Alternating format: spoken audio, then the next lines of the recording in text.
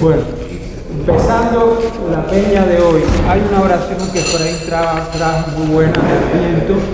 Vamos a hacer la oración, como siempre hacemos una oración, y esta es muy apropiada porque de Adviento sobre la Virgen María. Dice así: ruega por nosotros, Madre de la Iglesia, Virgen del Adviento, esperanza nuestra, de Jesús la aurora, del cielo la puerta. Madre de los hombres, de la mar estrella, llévanos a Cristo, danos sus promesas. Eres Virgen Madre, la de gracia llena, del Señor la esclava, del mundo la reina. Alza nuestros ojos hacia tu belleza, guía nuestros pasos a la vida eterna. Amén. Gracias, Efraín. Aquí tengo una noticia biográfica sobre el ponente de hoy, Efraín Eusebio Zavala Soler. Pero empieza de nuevo. Efraín Eusebio Zavala Soler, cubano, 1949 a marzo 3 nació, ¿no? El día que llegó el padre Rey de Castro a Cuba. Casado con 53 años y un hijo. El día no, el año. Maestrías en Ingeniería Industrial y Administración de Empresas. Gerente general de varias empresas. Jubilado, congregante de la Agrupación Católica Universitaria, encargado ahora de explorar las causas de beatificación de su fundador, el padre, reverendo padre Felipe Rey de Castro, jesuita, que es el tema de la salda. ¿Qué pensaría el venerado Félix Varela de la vida y obra del padre Rey de Castro? Esa es la... Muchas gracias a Pedro Guerra y a toda la directiva de la Fundación Padre Félix Varela por este compartir sobre el jesuita español Felipe Rey de Castro, hombre de extraordinarias virtudes y visión genial, fundador, como hemos dicho, de la Agrupación Católica Universitaria, única asociación católica laica importante que existía en Cuba antes del régimen castrista, que continuó operando en los Estados Unidos después del éxodo cubano. Bien, comenzaré con la vida y obra del Padre Rey y después al final hablaremos en grupo con una hoja que yo repartí, o repartiremos si todavía no la tienen, que hace un perfil de ambos siervos de Dios. En un caso con S mayúscula, el Padre Rey de Castro todavía con S minúscula. Me siento indigno de dictar sobre el venerable Félix Varela y Morales a la fundación que lleva su nombre, pero intentaré terminar, como dije, con observaciones de un mero historiador de sillón sobre estas personas ilustres, terminando la ponencia con lo que el venerable Padre Varela podría pensar sobre la vida y obra del Padre Rey de Castro. Felipito Rey de Castro nace en Brión, un pueblo en las afueras de Santiago de Compostela, en Coruña, muy cerca del Camino de Santiago. 12 días después del nacimiento de Felipito, su padre Apolinar Rey muere como consecuencia de un accidente de caballería. Apolinar tenía un solo hermano, un soltero. Así que Felipito crece dentro de la familia muy católica de su madre, doña Juanita Castro, maestra, y sus 9 hermanos y hermanas. De esos muchos tíos y tías surgieron muchas vocaciones religiosas. Entre estas últimas, Sor Benita Castro, abadesa del monasterio de las Madres Benedictinas de Cuntis, Pontevedra. Ella atestigua que a refiriéndose a Felipe, le crió Dios nuestro Señor de tan buena índole que muy poco dio de hacer a su madre. Un tío abuelo de Felipito era el párroco de Brión y lo saludaba todos los días cuando pasaba por la rectoría camino a la escuela primaria y lo tenía consigo aún en fines de semana y días libres. Felipe entra en el colegio apóstol jesuita, Apóstol Santiago, en Camposanco a los 13 años e ingresa a la congregación mariana de la Inmaculada Concepción y San Luis Gonzaga. En poco tiempo asciende al puesto laico más alto en la congregación y en un folleto titulado Año Mariano en el colegio del Apóstol Santiago se encuentra un escrito de él que dice: Virgen María, Sin tu amor soy como un ave sin nido. Felipe Rey de Castro, 13 años. Dice el jesuita filósofo Padre Manuel Cavada Castro, pariente jesuita, tiene otro mayor que él sirviendo en Santiago, en Brasil, pariente lejano de Padre Rey de Castro, que fue aquí donde se plantó la semilla que años después diera vida a la agrupación católica universitaria. Felipe hace ejercicios espirituales por primera vez en su último año de bachiller y en ellos decide, por vocación religiosa en la Compañía de Jesús, en la provincia jesuita de entonces, Castilla-León, responsable por la misión a Cuba. Haces tus estudios en un distinguido seminario alemán en Holanda. Recibe formación exquisita, según el recién difunto jesuita cubano Sergio Figueredo, quien se cruzó con Padre Rey en el Seminario Jesuita del Calvario en La Habana. El 7 de noviembre de 1908, en la Casa Jesuita de Tercera Aprobación en Los Condes, España, Felipe presenta un historial de sí mismo en latín con impecable caligrafía. Es el primer documento que tenemos de él, de los cuales hay muy poco, no era de mucho escribir. En 1922 redacta una reforma para los colegios de segunda enseñanza. La biblioteca jesuita en Alcalá de Henares, en las afueras de Madrid, no nos ha permitido acceso al documento por ahora, pero sospechamos que concierne el trato de jóvenes como hombres y no como niños durante los últimos años de bachillerato. En 1924, uno de sus regresos a Brión, resuelve amigablemente una disputa territorial proponiendo salomónicamente que la propiedad sea donada a la iglesia. Un reporte de su mediación apareció en el periódico del pueblo y el reportero elogia a Padre Rey cuando le llama, jugando con palabras, verdadero rey de paz. Hoy día se encuentra en ese terreno el santuario de Santa Minia. Llega a Cuba por primera vez en 1925 como prefecto de la nuevecita escuela de Belén, encargado de académica y disciplina, posición que ya había experimentado en otro colegio previamente en Oña, España. Le preocupa inmediatamente que los jóvenes bachilleres pasaran a la secular Universidad de La Habana, antiguo recinto dominico, saliendo de ellas médicos, abogados, ingenieros, arquitectos y demasiados de ellos ateos.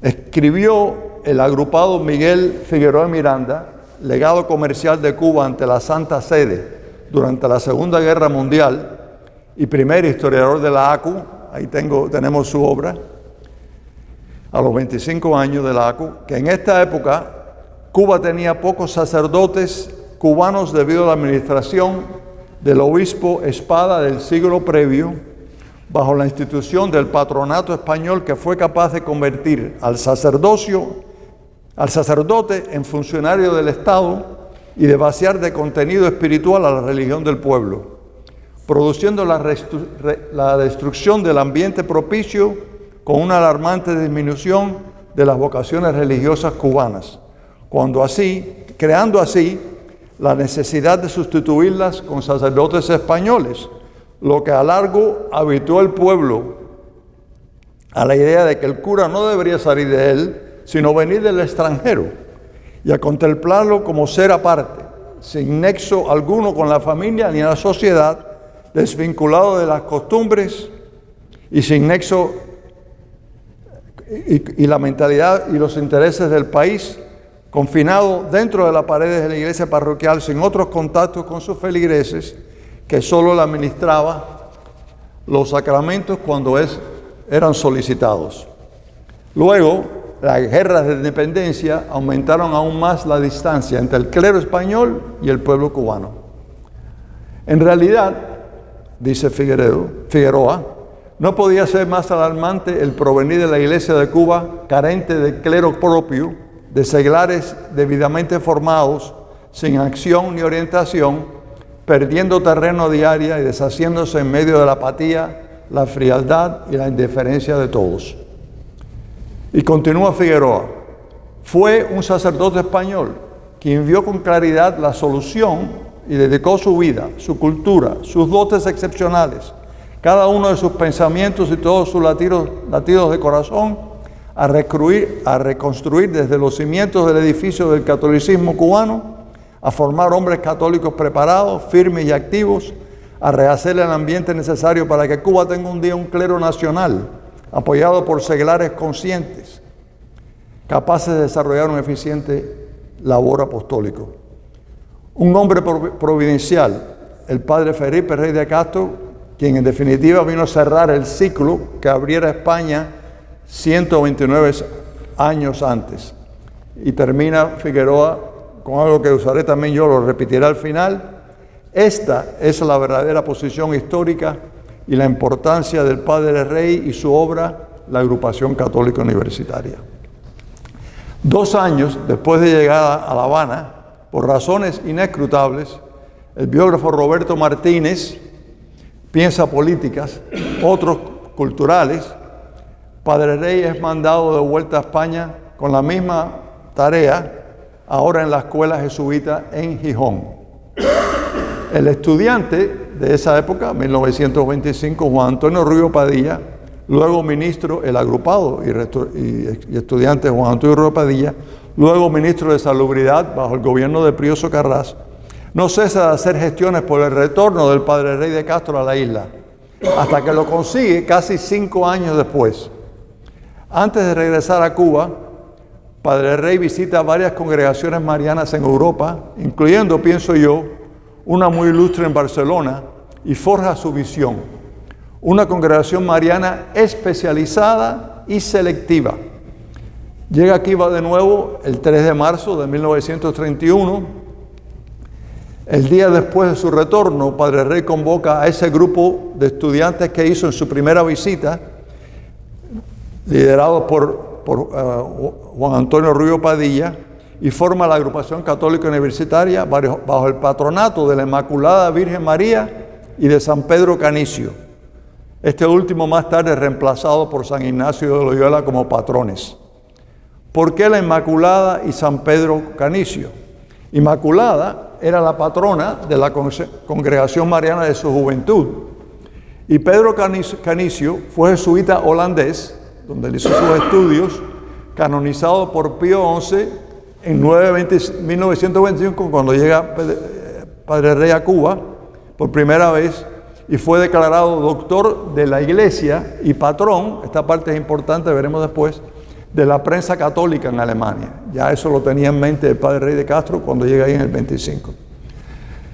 Padre Rey pidió prestados salones de la más antigua congregación mariana en la iglesia de Reina, llamada la Anunciata, la congregación, fuente de muchos futuros agrupados.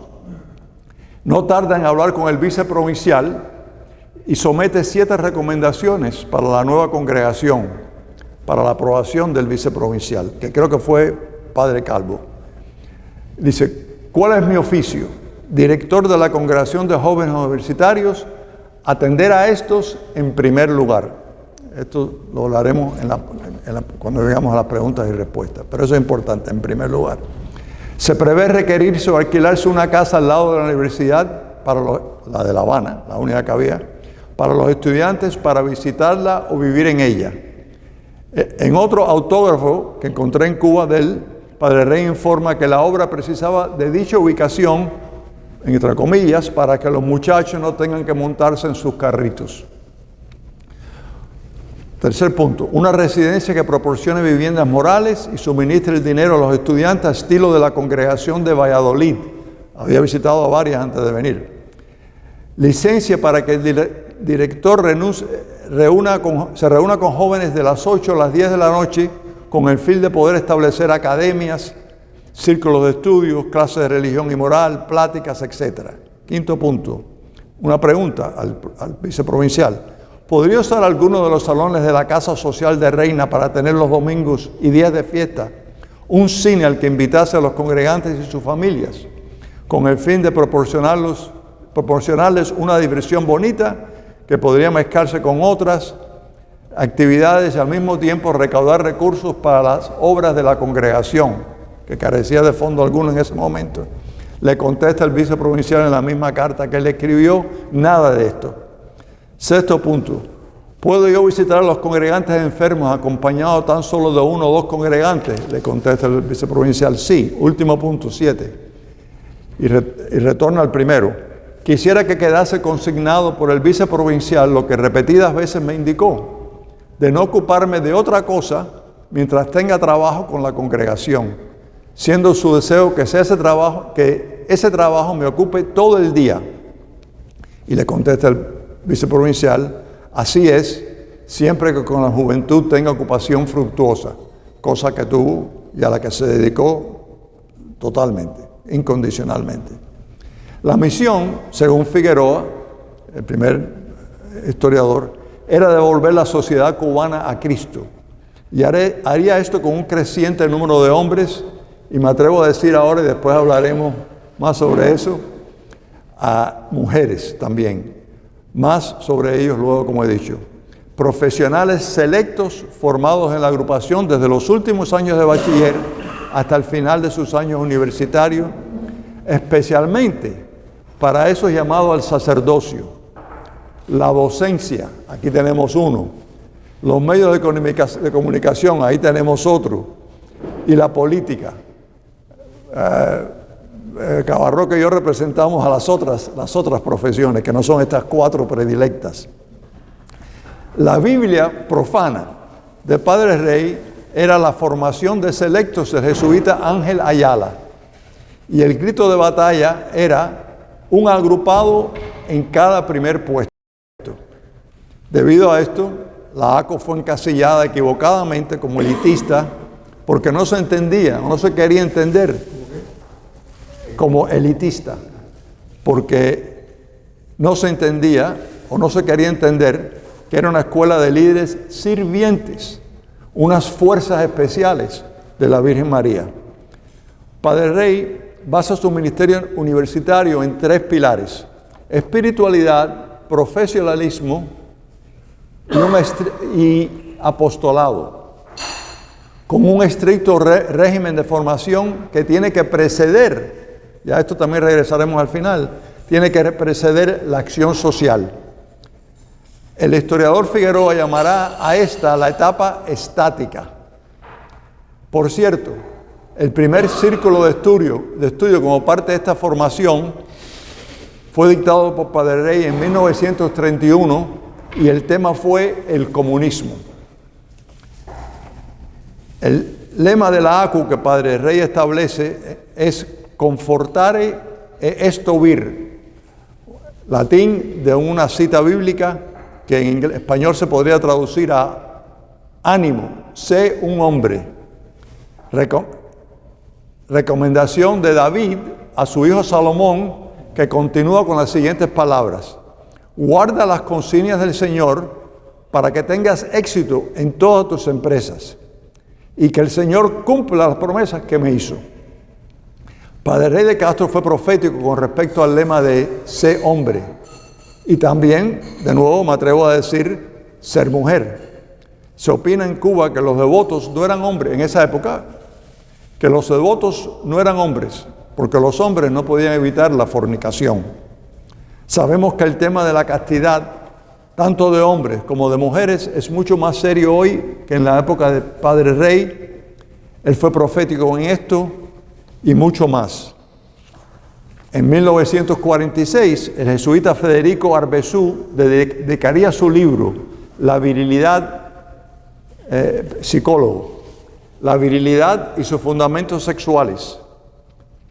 La dedica al paternal e inolvidable Felipe Rey de Castro, quien redactó el prólogo de dicho libro, que dice, entre otras cosas, sin castidad no puede existir catolicismo práctico, y el apostolado, que es la flor del catolicismo, ha de asentarse por consecuencia en una castidad muy perfecta.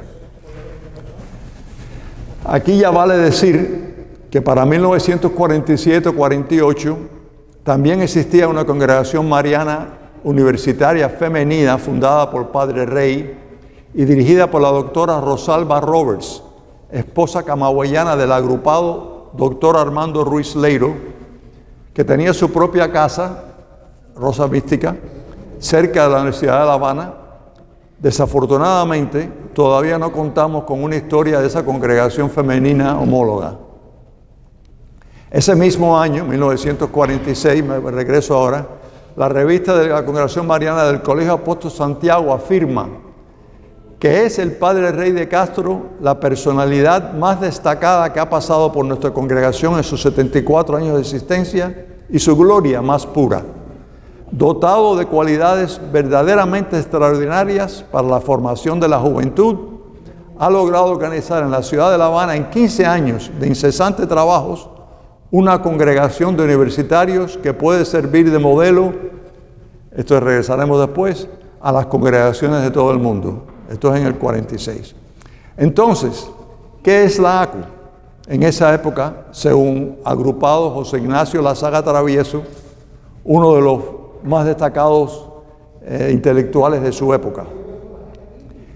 Este redacta en 1953 un folleto para la colección del Buró de Información y Propaganda de la ACU.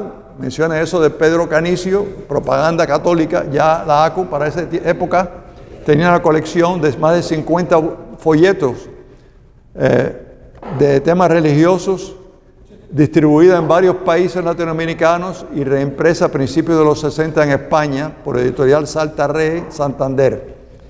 Doctor Lazaga escribe sobre qué es la ACU. La ACU es la Congregación Mariana Universitaria de La Habana. Fue fundada en 1931 por un hombre de excepcionales virtudes y visión genial, el reverendo padre Felipe Rey de Castro, quien la dirigió hasta su muerte, acaecida, agrego, repentinamente y naturalmente el 12 de febrero de 1952. Regresando al folleto de Lazaga y limitándonos primordialmente a solo los titulares, la ACU de Cuba es una congregación de profesionales y estudiantes. La selección es muy rigurosa. Saca a sus hombres de los bachilleres de los colegios de la Compañía de Jesús y en especial del Colegio de Belén. Pero hay también numerosos congregantes, David, yo, entre otros, que estudiaron su bachillerato en otros colegios católicos, y hay muchos que provienen de institutos oficiales donde la enseñanza es laica. El acto semanal de ella es la misa dominical. En cierta forma trabajaba como su propia parroquia, permitido en Cuba, pero no luego aquí en los Estados Unidos. Hacía ejercicios en retiro, tandas especiales anuales y exclusivas para la ACU. Tenía guardias sabatinas, reuniones sabatinas, retiro mensual y misa diaria para los congregantes que residían en la casa de estudiantes y todos los demás agrupados que desean asistir a ella. La casa contaba con 70, o cuenta todavía, con 70 dormitorios y la misa tiene asistencia diaria de unos 50. Tiene la agrupación Vigilias de la Inmaculada y Cristo Rey, la más importante de la agrupación. Al entrar en la ACU, el agrupado visita al maestro y a su madre en la capilla y en el patio de la agrupación. Cuenta con dirección espiritual del director y subdirector.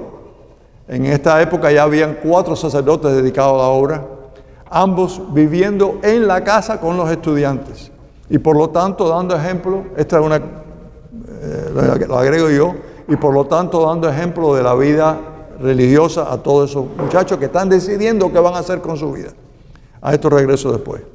Daban cursillos y círculos ascéticos, donde lo primero era la formación, donde la ACU contaba con bibliotecas y círculos especializados. La labor apostólica colectiva ya para esa época se vinculaba en el barrio más pobre de la capital, Las Yaguas, zona suburbana de unos 7,000 habitantes.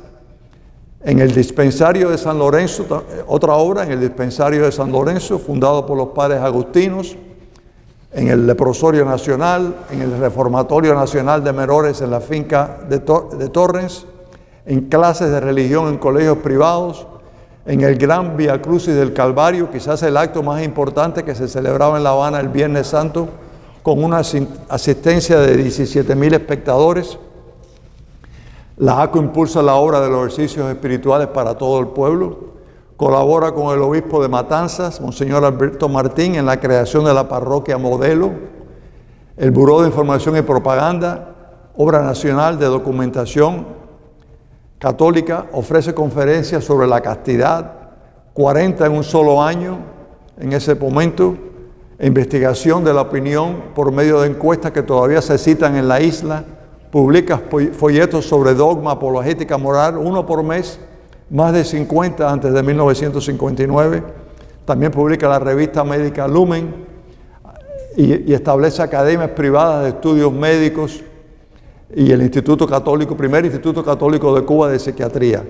Ya contaba para 1953 con 24 profesores universitarios de la agrupación que estaban ya para entonces en la Universidad de La Habana, ya para entonces la Universidad de Villanueva Católica y también Baldor y otros lugares. Vale agregar, esto ya no está, lo hago yo, lo agrego yo, vale agregar que luego del 53 se producen programas religiosos televisados nacionalmente los domingos por 1 hora, titulados Dios y el Hombre, colaboración de la ACU y de Rosa Mística. También se produjo una película o documental, no sabemos cuál, titulada Matrimonio, al cual la ACU le daba mucha importancia. Lamentablemente nuestro legado audiovisual no cuenta con esas grabaciones.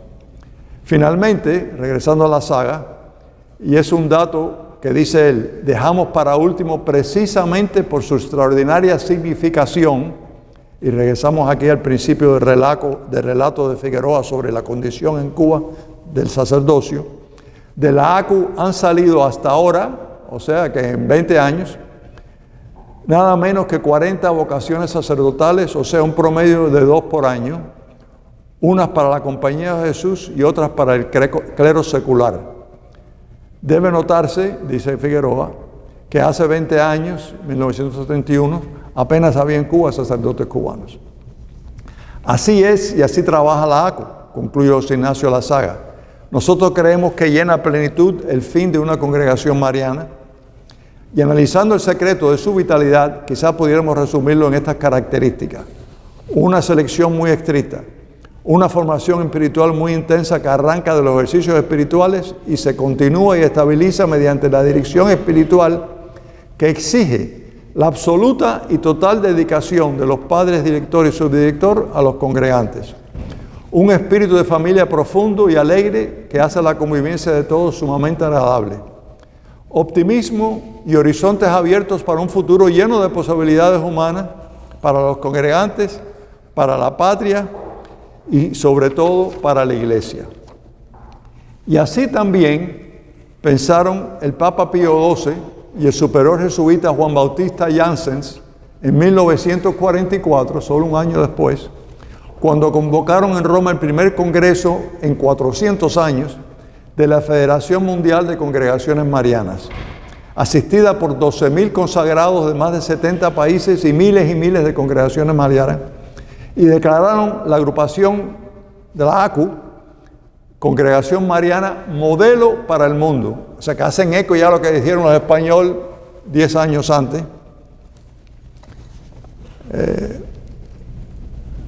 Por 2 razones que menciona el superior general de la compañía en ese momento, por sus vocaciones sacerdotales y por sus obras sociales.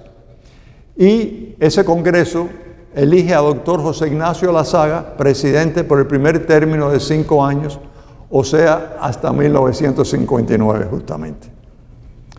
Sin embargo, hacía tiempo que la agrupación contaba con la aprobación impartida a la congregación por el arzobispo de La Habana, Monseñor Manuel Ruiz, y la protección decidida y entusiasta del prelado, quien puso todos sus poderes episcopales ante la Santa Sede para lograr una serie de privilegios que facilitaron grandemente la formación espiritual de los agrupados, ya contribuyendo al principio económicamente a mantenerla o abrumarla con bendiciones e indulgencias. Esta sería una en el 48, cuando no podía hacer otra cosa, la animó y estimuló constantemente, siendo siempre él, además de padre y pastor, un amigo afectuoso e invariable. Luego también la Santa Sede, bajo Pío XII, deseaba ofrecerle a la agrupación cortesías especiales, pidiendo un reporte de sus actividades y agregando que si quiere algo más del Santo Padre, él estaba listo a complacer. Aún más tarde, cuando el primer cardenal de Cuba, Arteaga, cuya gestión fue dirigida por este autor y diplomático y abogado Miguel Figueroa y Miranda, a que donde mucho de esto viene, teníamos su apoyo incondicional y se hizo congregante de honor. El padre Rey de Castro, como dije previamente, muere repentinamente y por causas naturales en 1952.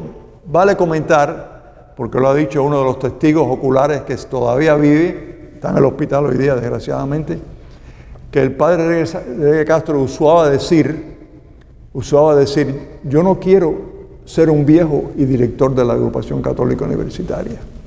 En varias ocasiones se ofreció a su superior para cualquier obra que ellos quisieran. El hombre no se apegaba a lo que había creado, estaba completamente abierto a la obediencia y a la disposición. Nunca aprovecharon eso, lo dejaron en esa obra y así muere ella a los 62 o 63 años.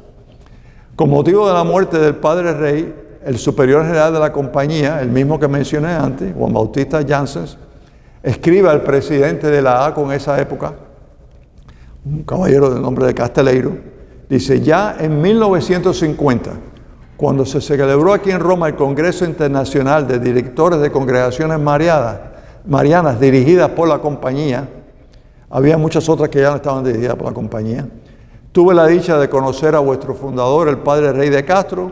Admiré entonces sus iniciativas, su conocimiento de los hombres, su adaptación a los tiempos modernos y los frutos de su bendición, obteniendo gracias a vuestra generosa y constante colaboración, refiriéndose al doctor Casteleiro.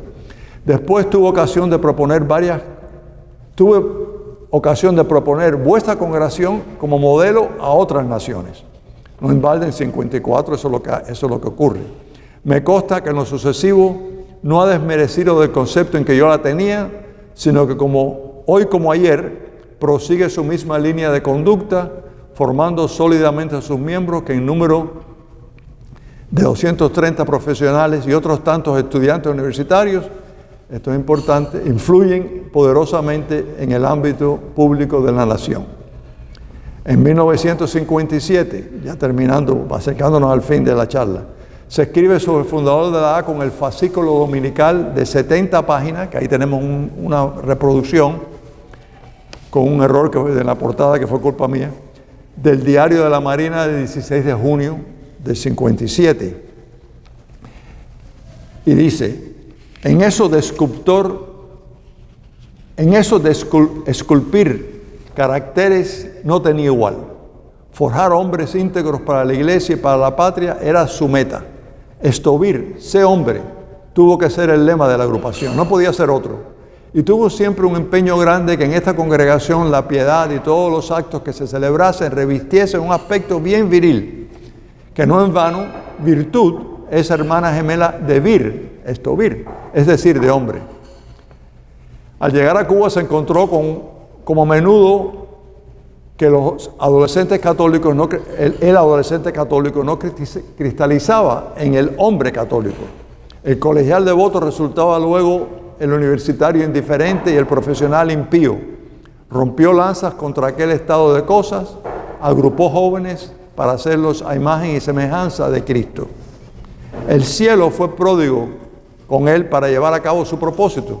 Reunía, eso sí, las cualidades más deseables en un forjador de hombres. Su propia figura era un ejemplo a imitar. Amigo íntimo de Cristo, su personalidad monolítica se había fraguado de la roca de Pedro en el molde ignaciano. De ahí que fuera tan inconmovible en su decisión apostólica y enemigo declarado de la tibieza y de la duda. Su lenguaje no era otro que el del Evangelio y su voluntad se enorgullecía de ser esclava de las normas trazadas por el romano pontífice. Conocedor de los repliegues del alma, como pocos, sabía bien de sus santidades y miserias, de sus días, de su luz y de su sombra. Psicólogo finísimo y penetrante, adivinaba actitudes y prevía situaciones que sabía pintar maravillosamente bien, sobre todo en ejercicios. Hombre práctico, que poseía un sentido común por arrobas, y la efectividad de los trabajos era una de sus métodos favoritos para medir sus esfuerzos. Claridad mental extraordinaria y lógica, era profesor de química, matemáticas y teología.